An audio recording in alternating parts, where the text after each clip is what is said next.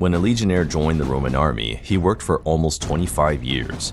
The question was how to stay alive for so long. What happened to a Roman legionnaire who was injured or became too ill to serve? How were they treated, and did the government give them any benefits or pensions? Stay with us, because that's what our video today is about.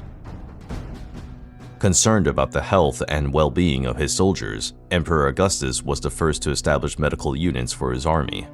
He gave each legion doctors, support teams, and hospitals with a capacity of up to 500 soldiers. These experts remained close to headquarters and were ready to help wounded soldiers who arrived on horseback at headquarters. These doctors and other medical professionals were highly skilled.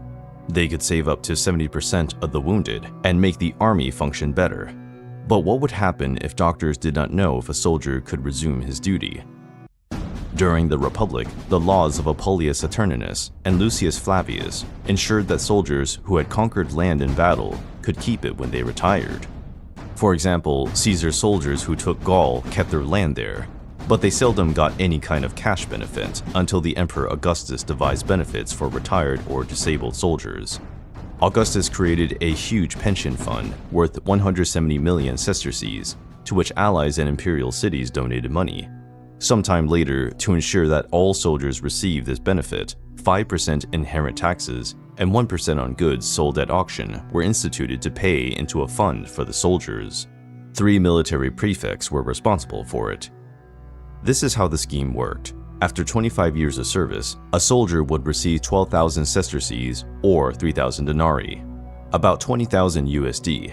This was called honesta missio, and was a kind of proof that the soldier had done his job properly.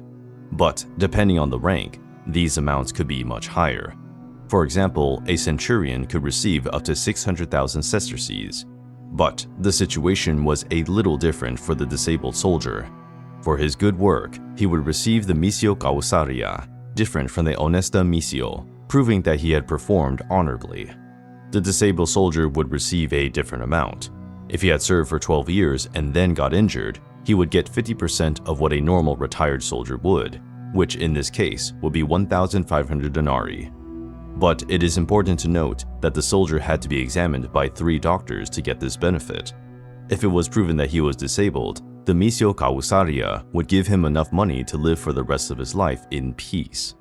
A soldier who received the missio causaria would also be granted small but valuable land parcels, the right to a military will made during his service, which remained valid for 1 year, and could be given to any Roman citizen, and the peculium castrense right, which allowed the soldier to hand his money and goods earned during his military service to a slave or son. Higher-ranking officers, such as the primus pilus centurions, also had access to a benefit that was not part of the public fund.